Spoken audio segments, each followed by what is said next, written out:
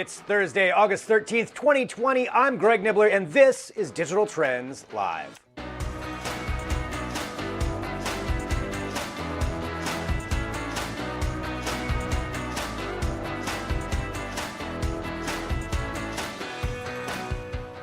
Yes, indeed. Hello, everyone. This is Digital Trends Live. I'm Greg Nibbler. Thanks for joining us wherever you are. We appreciate it. We broadcast live here every single weekday, 9 a.m. Pacific, noon Eastern, bringing you trending tech headlines, news, interviews, discussions, and more. And let's get to some trending headlines right now. As election season gets into full swing, a group of tech companies has expanded a partnership to work with each other and the U.S. government to help combat the spread of misinformation and mitigate election interference. So the group originally started with Twitter, Microsoft, Google, and Facebook. It's now expanded to include Wikimedia, LinkedIn, owned by Microsoft, Pinterest, Reddit, and Verizon Media, in addition to numerous government agencies such as the FBI and Homeland Security. But you'll start to see some of these changes across platforms that you visit. For example, Twitter has already removed thousands of QAnon conspiracy accounts and bots to try to control the amount of false information you'd see in your feed. Both Google and YouTube will be banning videos and ads that encourage election interference or contain information obtained through hacking. So say campaign emails or private videos or anything of that nature. And on Facebook and Instagram, you'll soon be seeing links to their voting information center, which is promising to be a source of quick and accurate voting information, like how to get absentee ballots and a number of other things. So the coalition of companies doesn't have an official name yet, but it's bound to expand as the election nears, so expect a lot of changes to be happening on those different platforms. You can read more about it at digitaltrends.com. There are a whole lot of Apple rumors starting to pop up today about what could be in store for their announcements over the next couple of months. So let's go through some of them. So known internet Apple rumor leaker John Prosser posted some dates today saying that Apple will stagger the releases of their new devices, with a new Apple Watch and iPad being showcased the week of September 7th. And then he said the iPhone 12s would be announced via a virtual event sometime during the week of October 12th, probably on Tuesday the 13th. That's usually their day to announce things, Tuesdays. But according to a number of prognostications online, Apple could be releasing up to 4 new iPhone 12s, with talk of all OLED screens, advanced stabilizers for the cameras, new augmented reality functions, and a bunch more. So there's that. Now, according to Bloomberg, a bundle subscription could also be on its way that would consolidate a number of Apple services. So the bundles may go under the name Apple One and would feature various combinations building off of Apple Music. So you have Apple TV Plus with the big budget programming, you have Apple News Plus, then you could add in Apple Arcade or even iCloud storage on top of it. And there's a rumor there could even be an exercise class subscription that made Peloton's stock go down today. So it would make sense to have a combination of all of these, and Bloomberg thinks the bundle services could also be announced in October. It's clear we have definitely entered into the full-on Apple rumor season. Usually starts up around now, so we'll keep you up to date on everything at digitaltrends.com. And attention California users of Uber and Lyft. Your apps may stop working soon, and that's because both companies have said they most likely have to shut down operations for several months or cease them altogether because of the results of a judge's ruling earlier this week. So the context here has to do with California's landmark AB 5 statute, which mandates that all gig economy companies like Lyft, Uber, DoorDash, etc., classify their workers as employees rather than contractors. So that would mean minimum wage, workers' comp, benefits, all the things that come along with that. And Uber and Lyft have fought this ruling in both legal and PR ways, but a preliminary injunction on Monday said the two companies must institute the changes within 10 days. So the preliminary injunction was the result of a lawsuit brought against the companies in May from the California Attorney General, which sought penalties which could run into the hundreds of millions of dollars. So they have a week to appeal the injunction, which they intend to do, but this is clearly going to be a long fight. So it's an important story to follow because what's playing out in California is probably going to be the bellwether for what would eventually happen everywhere. If it happens there, the companies will have to follow suit, states will follow suit, countries maybe. You can read all about it at digitaltrends.com. And AMC has stated they plan to reopen movie theaters starting on August 20th with 100 of them, with a goal of having about 400 of the properties open by September 3rd. So this plan was released via email and notes that customers can expect continuous extra cleaning and disinfecting of high traffic areas, disinfectant wipes, limited seating, high-tech HEPA vacuums, and upgraded MERV 13 air filters wherever possible. They said this in part. Now, as far as the movies, they'll be showing The New Mutants starting on August 28th, and then Tenet, yes, Christopher Nolan's Tenet, finally making it to the screen on September 3rd. There's also going to be a ton of older movies being shown, like Back to the Future, The Empire Strikes Back, Goonies, Ghostbusters, and more, and tickets will be sold for 15 cents for the older movies on August 20th in honor of AMC's 100th anniversary, but then go to $5 for the classics after that. Something to keep in mind, these dates always change. It's changed so much during this, so don't be surprised if that also gets bumped back, but that's what they said they're going to be doing. So you can read more about that at digitaltrends.com. All right, it is Thursday, which means we need to catch up on what's going on in the world of gaming. And to do so, we have our own Lisa Marie Segarra here joining us. I know there's been a lot happening this week, as usual. Hello, Lisa Marie. What should we get started with here first? Hey, so definitely the biggest thing is the delay of Halo Infinite. So basically what this means is that it's not going to launch when the actual Xbox Series X will launch, which is a really big deal. So in case you somehow weren't aware, the Series X is Xbox's latest console, and it's supposed to launch in November. But now the release of Halo Infinite has been pushed off to 2021. We don't know when in 2021. It could be early and not long after, or it could be almost a year and maybe around the next holiday season for 2021. Basically, 343 Industries, which is the studio behind the game, said that the pandemic hurt development, which isn't really much of a shock. I'm sure they're not the only ones. We've seen a bunch of delays. Cyberpunk had another delay on top of its first one. There have been others, and they didn't want to put pressure on the developers to come out with a November release.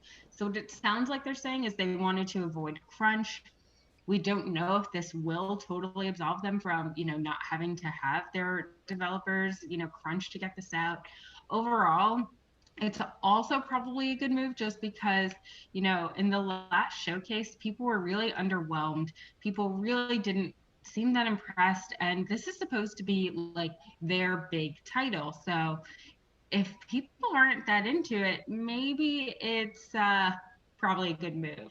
And on the PS5 side, which is obviously Sony's next console, which is also coming around at the same time, we also don't really know exactly what's coming out on their lineup for exclusives. So there's supposed to be a new Spider-Man game, but it's not quite a full game. It's more like the Lost Legacy, like an expansion of the previous Spider-Man game. So it seems like both are really holding their cards in terms of, what exclusives they're going to have at launch, which will be really important for, what console people buy. That said, with the pandemic and recession and, people out of work, they might not have a lot of sales right at the start, and they might want to hold it for like a year off or a few months down the line when people are more willing to spend. So it could work out in their favor. Wow, yeah, it'll be interesting with Halo being delayed. That's such a huge one. Going from that, I know we have the Xbox Series X, PlayStation 5. We know are coming out, but then there's also some other things coming from Xbox. Yeah, so basically this controller package launched, or not launched, it was leaked, and it basically implies two big things. One, that the Xbox will go on sale on the 6th, which is really important, but also that there will not just be a Series X, but also a Series S. This has been rumored under the name Project Lockhart to be a cheaper discless version. So kind of like the Xbox One S that we had this time around. So yeah, a lot of the packaging implies that, and this is just another piece of the puzzle. So people are just going to be looking for, elements like this to give them more info until it comes out for sure. So we've got that. So Xbox Series S. I love leaks. I love it when this stuff happens, just like little things like that. But going from that, just talking about sales in general, how have video games been doing, and just the gaming industry in general? Incredibly well. Shocker. Sales. Yeah. I mean, it makes sense. People want an escape. And, even with things like the Great Depression, we saw people going to movies a lot. We can't do that. So we're at home playing games. EA, for example, reported sales up 51%. Take-Two, which has like 2K games. So you've got like NBA 2K, and also Rockstar, which hasn't actually had a new game since Red Dead 2, and before that, Grand Theft Auto 5. But they both have pretty robust, especially Grand Theft Auto, online communities. They had 88% up in digital sales. And when you think of digital sales, you have to take into account those online communities. The PS4 side, they said that 91 million games sold from April through June, which is insane. And of that, 67 million were digital, which makes a lot of sense. People aren't going to GameStop.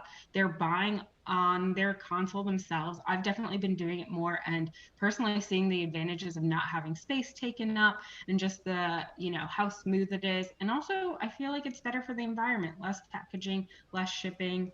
So basically, the Xbox One all digital future, which we all mocked and were really not pleased about in 2013, is kind of coming true with the help of a pandemic and better internet speeds and a lot of other advances. But maybe they were ahead of their time. I don't know. Well, yeah, there's just so much happening like with that, and just it's interesting to see what the pandemic has kind of pushed forward, I guess, in some ways, when it comes to this.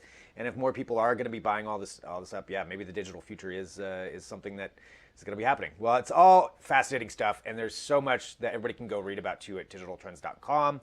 Lisa Marie keeps everybody up to date with all of it, and as always, so nice to talk to you, and I'll talk to you next week. Of course. Thanks for having me as always. Lisa Marie Segarra right there. Seriously, she will keep you up to date with everything going on in the world of gaming, and it's always fascinating.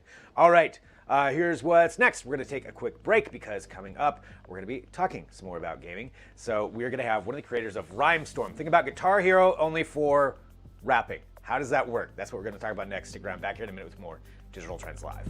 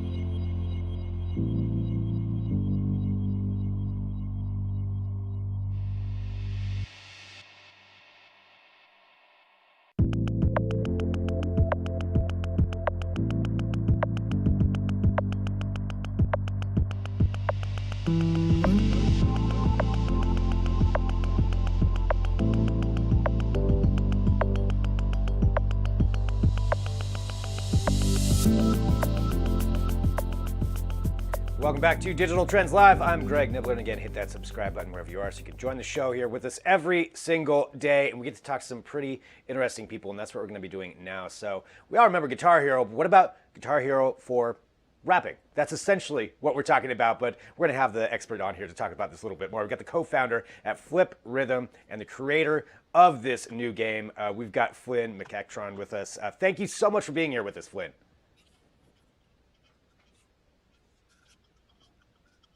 In theory. Okay, well, we are broadcasting live, so let's talk just a little bit more about this here, just to explain what's going on. So it is called Rhymestorm. That is the name of this game, and we've got an article up at Digital Trends right now that kind of covers this and talks about that. And it's essentially what this game does is it allows you to, kind of like Guitar Hero, we all remember Guitar Hero, right? Where you kind of follow along with that. But with this, though, it's for freestyle rapping. And so we want to kind of talk about the founding of this and where this all came from. And that's why we're going to be joined here by Flynn in just a moment. Oh, there we go. We got him coming up right now. Flynn, hey, man, just want to make sure if you can hear me. We're live here on Digital Trends Live and going to be talking about this. Hey, Flynn, can you hear me? Okay, I'm not sure if Flynn can hear me or not. What is going on, man? This is what happens when we're going live. Oh, okay, I think maybe I could hear him there for a second. But all right, Rhymestorm. So it is a game that you can play. And so right now this is in kind of a wish list phase. It's going to be coming out on PC. Just going to give you a little bit of the backstory on this as far as how it plays. And I'm not sure, we might have some B-roll we can showcase too that just kind of shows what the game actually looks like as you're doing it. But essentially it will create and give you different words, and then it's your job to rap along with it and fill in the spaces in between those words. So we'll have two rhyming words that'll show up. You fill in the space with what you're going to do, what you're going to say, and then the computer will judge you on that. So there's AI involved, some pretty incredible artificial intelligence. That's what I want to talk about with Flynn as well when we do get him on here, just to kind of go through what that's like. And again, all of this is pretty fascinating stuff of what we're able to do, what they're able to do with it. So if you think about Guitar Hero, you know, that was such a huge game before. This is something that could also be like that. And I know we're having a little bit of a tech difficulty just getting Flynn on, but we'll see if we can get him in here in a little bit and talk about that. But again, we've got the article up there right now, so you can take a look at that and check it all out for Rhymestorm. All right, let's take a quick break. We'll be right back here with more Digital Trends Live.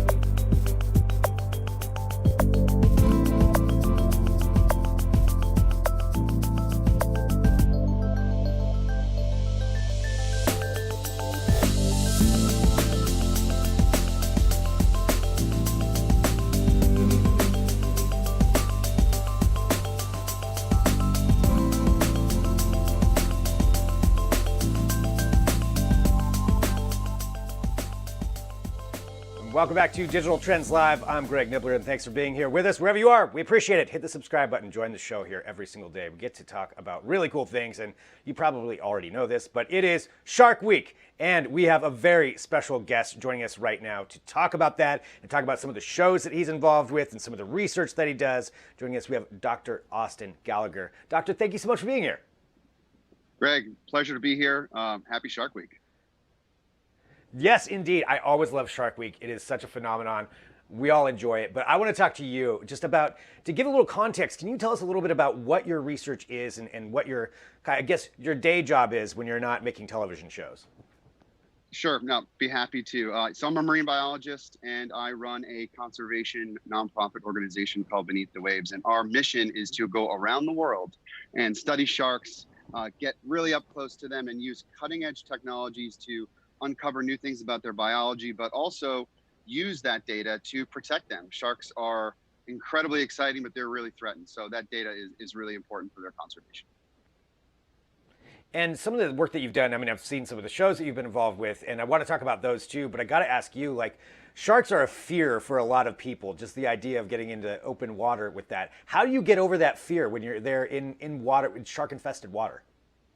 Yeah, it's a good question, one I get all the time, so more than happy to answer it. Well, you got to respect them. I think that's the number one thing is they do not want to eat people, contrary to what we might sometimes think, but they actually are very cautious animals. And but you do need to respect them. They're top predators. They're actually really patient. So it's just like, studying any kind of animal, or if you're walking on the street and you see a dog on the side of the road, you can tell pretty quickly if it's a dog that you want to go over and pet or not. So sort of the same thing with sharks. Definitely have had some pretty close calls over the years. But in general, it's been completely mind-blowing. These are beautiful, majestic animals. There are a few in there that you don't want to get in the water without protection, like that great white that's breaching there on screen. But for the most part, they're relatively safe animals to swim with if you play by the rules. Well, talking about the shows that are coming out, so on Friday, August 14th, you've got Tiger Shark King, which is the best name ever. But this is a pretty interesting one. It's kind of a building on something that from what I understand that you've done before. Can you tell us about what Tiger Shark King is about?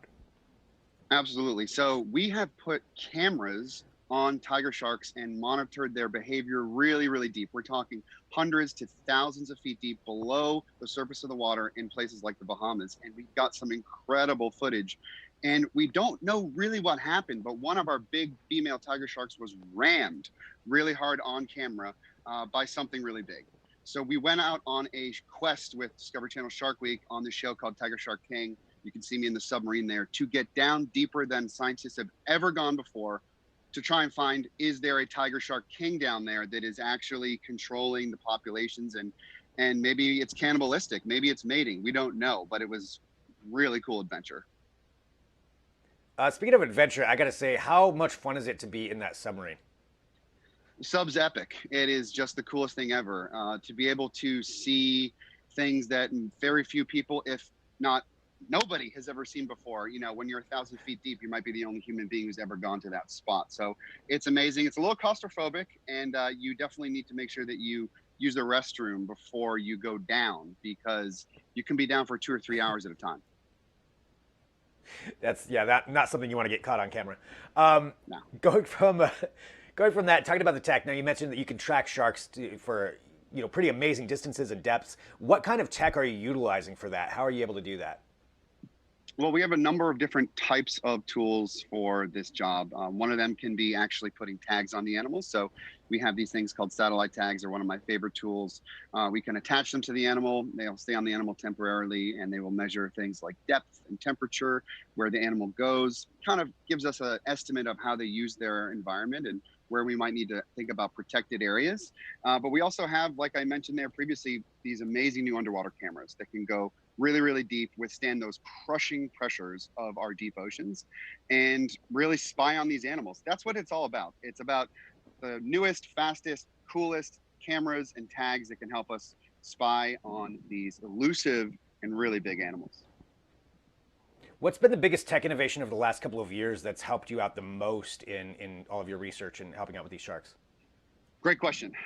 My favorite tool, and probably the most useful one that we've had recently, is a deep sea drop camera. So working with some collaborators from the University of Rhode Island and a company called Juice Robotics, we have designed and developed and applied this camera that we can literally drop over the side of the boat to 5,000-6,000 feet. It records in 4K high definition. We put a little bit of bait on there. We have lights, and if there's any deep sea sharks or deep sea creatures, they will be captured on camera. And there's no line, there's no rope. It's amazing. What we do then, Greg, is we come back to that same spot 6-7 hours later, and we send a signal down to the ocean floor, and the whole unit floats up. So it's really opening up deep sea exploration unlike ever before, which used to be a really, really expensive field. And just there's a reason why we don't know a lot about our deep oceans, just because we haven't been able to get there. That's incredible. Well, the show Tiger Shark King, again, it's going to be on Friday, August 14th, and there's all kinds of different things that are going on in association with Shark Week. But for your work, where can people go to follow along with what you're doing? Great. Please follow us on Instagram at BT Waves. My personal Instagram is at Dr. Austin Gallagher. Tons of cool content on there. We'd love to get you guys involved in our research, and let's go tag some sharks together. Hell yeah. All right, Doctor, thank you so much. Really appreciate you joining us here to talk about this. It's so incredible what you're doing, and looking forward to watching the shows. All right, thanks a lot. Have a good one. Bye-bye. Bye. All right, Dr. Austin Gallagher, that's pretty badass. He goes down and you know, is in deep water with sharks. That's pretty amazing. Okay, let's do this. We got to take a break, and we got more coming up here on Digital Trends Live. I know we're going to be talking to Rick Marshall. We're going to be having him on here to discuss what's going on in the world of streaming entertainment and a lot more. So stick around. Back here in a minute with more Digital Trends Live.